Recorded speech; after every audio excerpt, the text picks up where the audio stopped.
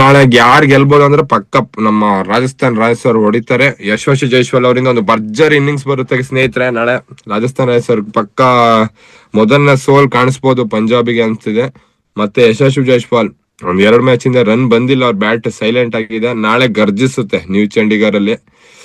ಪಕ್ಕ ಪಂಜಾಬ್ ಹೋಗಿ ನೋಡೋದು ಒಂದು ಒಳ್ಳೆ ಭರ್ಜರಿ ಶತಕ ಹೊಡೆದ್ರು ಹೊಡಿಬಹುದು ಅವರು ಯಶಸ್ವಿ ಜೈಸ್ವಾಲ್, ಹೇಳಂಗಿಲ್ಲ. ಹಂಗಾಗಿ ಯಶಸ್ವಿ ಜೈಸ್ವಾಲ್ ಒಂದು ಭಾರಿ ಭರವಸೆ ಇದೆ ನಾಳೆ ನನ್ ಪ್ರಕಾರ ಅಂತ ಹೇಳ್ಬೋದು.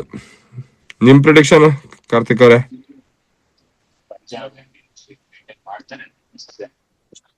ಇರೋ ಬರೋ ಲಕ್ಷ ಎಲ್ಲ ಪಂಜಾಬ್ ಅವ್ರಿಗೆ ಇದೆ ಅನ್ನಿಸ್ತಿದೆ. ಅಷ್ಟೊಂದು ಸೋಲೋ ಮೂಮೆಂಟ್ ಇದ್ರೂನು ಗೆಲ್ತಾ ಬರ್ತಾ ಇದಾರೆ. ಪಂಜಾಬೇ ನನ್ ಪ್ರಿಡಿಕ್ಷನ್, ಪಂಜಾಬೇ ಇದೆ. ಚೆನ್ನಾಗಿದೆ team. Player to watch out openers ಇದಾರಲ್ಲ ಪಂಜಾಬ್ ಅಲ್ಲಿ ಅವರು. ಮತ್ತೆ ಬೌಲರ್ಸ್ ಸೀರಿಯಸ್ಲಿ ಎರಡು ಟೀಮ್ ಅಲ್ಲೂ ಬ್ಯಾಟರ್ಸ್ ಸಖತ್ತಾಗಿದ್ದಾಗ ಪ್ಲೇಯರ್ಸ್ ಟು ವಾಚ್ ಔಟ್ ನಾನು ಬೌಲರ್ಸ್ ಗೆ ಹೇಳ್ಬೇಕು ಅನ್ಕೊಂತೀನಿ. ಯಾಕಂದ್ರೆ ಈ ಮ್ಯಾಚ್ ಅಲ್ಲಿ ಯಾರು ಸಖತ್ತಾಗಿ ಬೌಲಿಂಗ್ ಮಾಡಿ ಎಕನಾಮಿಕಲ್ ಬೌಲಿಂಗ್ ಮಾಡ್ತಾರೋ ಅವನೇ ನಿಜವಾದ T20 ಬೌಲರ್ ನಾಳೆ ಮ್ಯಾಚ್ ಅಲ್ಲಿ. ಯಾಕಂದ್ರೆ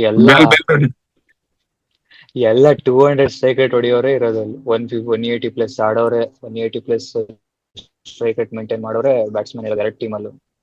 ಸೊ ಇಂಥವ್ರ ಮಧ್ಯದಲ್ಲಿ ಅವ್ನು ಎಕನಾಮಿಕಲ್ ಬೌಲಿಂಗ್ ಮಾಡಿದ್ರೆ ಅವನಿಗೆ ಸ್ವಲ್ಪ ರೆಸ್ಪೆಕ್ಟ್ ನಾವು ಕೊಡ್ಬೇಕಾಗುತ್ತೆ. ಒಳ್ಳೆ ರೆಸ್ಪೆಕ್ಟೇ ಕೊಡ್ಬೇಕಾಗುತ್ತೆ. ನಾಳೆ ನಮ್ಮ ಹುಡುಗ ಹೆಂಗ್ ಬೌಲಿಂಗ್ ಮಾಡ್ತಾ ನೋಡ್ಬೇಕು, ನಮ್ಮ ವೈಶಾಖ್ ವಿಜಯ್ ಕುಮಾರ್ ಅವರು. ಇದಾನಲ್ಲ ನಮ್ಮವನು ಕನ್ನಡದವನು.